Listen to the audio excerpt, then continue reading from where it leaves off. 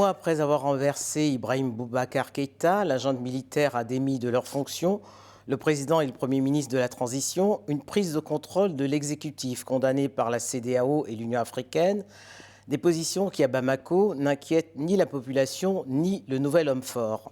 Boubou Cissé, bonjour. Bonjour Denise Poté. Le 18 août 2020, Ibrahim Boubacar Keïta et vous avez subi le même sort que le président et le Premier ministre de la transition. Quelle lecture faites-vous de ce nouveau coup de force ? Il n'est pas rare de voir au cours d'une transition où les équilibres sont très fragiles que des contradictions naissent entre les tenants du pouvoir. On l'a vu dans d'autres pays de par le monde et nous l'avons surtout vécu au Mali en 2012. D'où l'importance de maintenir le calendrier initial pour pouvoir avoir dans les meilleurs délais un pouvoir légitimé par les urnes et qui puisse s'attaquer aux énormes défis que sont l'insécurité, l'impératif de la réconciliation nationale, l'apaisement du climat social et l'assistance aux personnes en difficulté. Mais est-ce que vous comprenez les exigences de l'Union africaine à l'endroit du Mali et la bienveillance vis-à-vis du Tchad qui a connu lui aussi une rupture de la constitutionnelle ? Je pense que nous devons garder en tête que nous ne sommes pas isolés du reste du monde. Nos choix non plus. Ce que nous décidons pour nous-mêmes ne concerne pas que nous seuls. Et non seulement les relations avec nos différents partenaires entrent en ligne de compte dans les choix que nous faisons, mais les choix que le Mali fait aussi a des conséquences sur les autres relations et sur les autres pays. Quant à la CEDEAO, je pense et l'Union africaine, je pense que les deux institutions étaient dans leur rôle. Ce sont des institutions qui sont fondées sur des principes et des valeurs qui, évidemment, condamnent les coups de force ou les coups d'État. Les deux institutions l'ont fait. Mais je pense que nous devons les saluer pour avoir évité au Mali des sanctions plus dures, d'ordre économique par exemple, parce que les difficultés du quotidien des Maliens sont déjà très importantes. La CEDEAO, elle, n'a pas eu d'autre choix qu'en fait d'entériner une situation de fait, puisque avant même le sommet des chefs d'État d'Accra, la Cour constitutionnelle du Mali avait désigné le colonel Assimi Goïta comme le président de la transition. Mais je pense qu'elle est restée sur ses principes aussi, puisque après la condamnation, elle a quand même exigé que la date de fin de la transition puisse être respectée. Je pense que l'ensemble de la communauté internationale et les Maliens, puisque cet engagement est un engagement de l'État malien vis-à-vis de lui-même d'abord, mais également vis-à-vis des autres, il faut que cet engagement puisse être maintenu et qu'on puisse arriver à organiser des élections libres, transparentes et qui puissent être acceptées de tous. La France a également suspendu ses missions de conseil et d'opérations conjointes avec les forces armées maliennes. Compte tenu du contexte sécuritaire, est-ce que cette pression est tenable pour le Mali ? C'est une décision souveraine de la France que je respecte et je ne veux pas me prononcer là-dessus. Mais ce que je peux dire, c'est que la France et le Mali sont des partenaires très anciens dont les relations sont multiformes. Et dans le partenariat, on peut comprendre que certains de nos partenaires puissent être, ceux qui sont à côté de nous depuis 2012, puissent être impatients. D'ailleurs, nous-mêmes, nous sommes impatients de pouvoir se passer de leur service. C'est un peu comme quand une personne vous prête son épaule pour marcher. Au début du chemin, ça va. Un peu plus loin, il y a la fatigue. Mais je pense que l'essentiel, c'est de faire le chemin ensemble.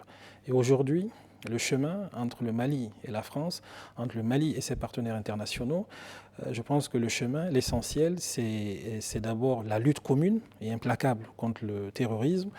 Le chemin, c'est la restauration de la démocratie à travers une transition apaisée qui puisse arriver à des élections crédibles, encore une fois, et acceptées de tous.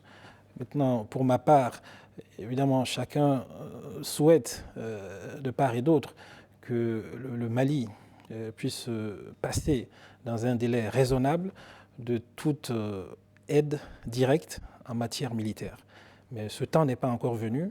Nous sommes en guerre et dans la conduite de la guerre, il y a des alliances qui ont un avantage décisif. Arrêté puis traqué par la junte qui vous a accusé de tentative de renversement du gouvernement de la transition depuis le 2 mars, vous êtes désormais un homme libre parce que blanchi par la justice. Quelles leçons avez-vous tirées de cette longue période? Vous savez, depuis le 2 mars, comme vous dites, j'ai le choix entre regarder derrière moi ou regarder devant moi. Une chose m'encourage à plutôt regarder devant moi. Évidemment, cette liberté a été acquise à un prix. Si je décide de regarder derrière moi, je peux voir la solitude ou les sacrifices, parce qu'il y en a eu, comme le prix de la liberté. Mais je préfère voir le prix de la liberté, non pas en termes de souffrance, mais plutôt le compter en bonne volonté. Et des bonnes volontés, il y en a eu. Quand je regarde, les juges au siège en particulier ont montré qu'ils pouvaient être à la hauteur de l'enjeu. Qu'est-ce que ça dit justement? Qu'est-ce que votre jugement dit de la justice malienne? La justice malienne a pratiquement joué sa crédibilité dans cette affaire.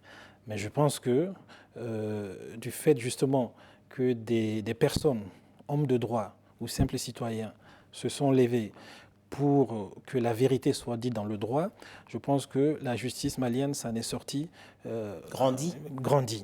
Et je pense que l'état de droit au Mali a résisté et continue de résister.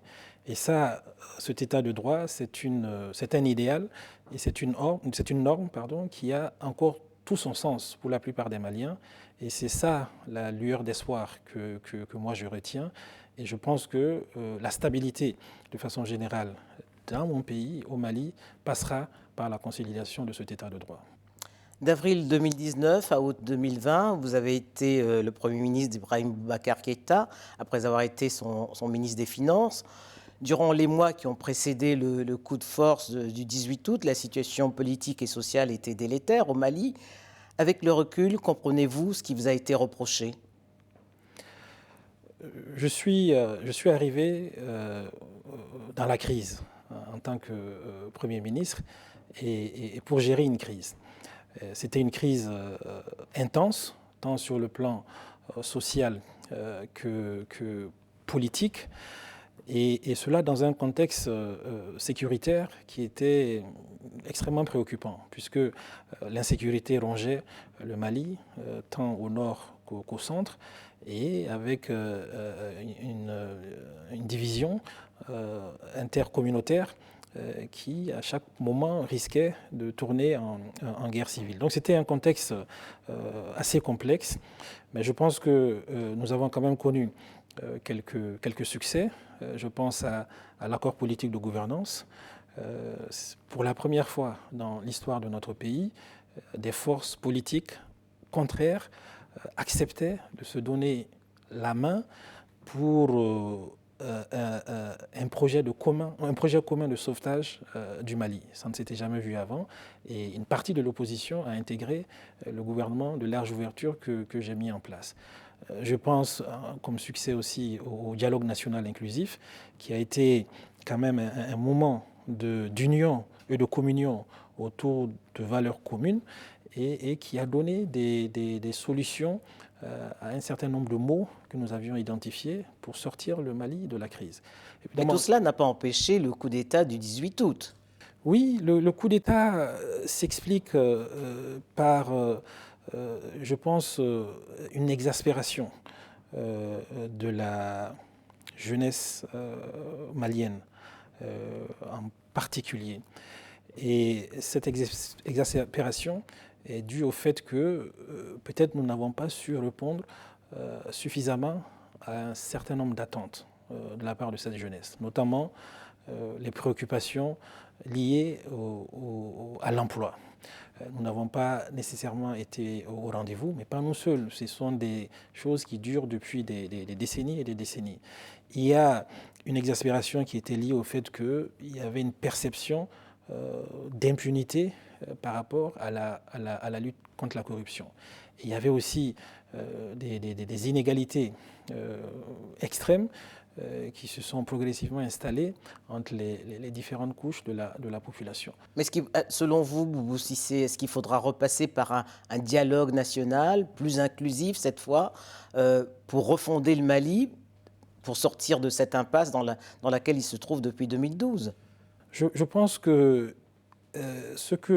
mon analyse de la situation, c'est qu'à chaque fois que nous avons tardé ou nous nous sommes éloignés de la route qui avait été fixée par nos aînés lors de la révolution de 1990-1991.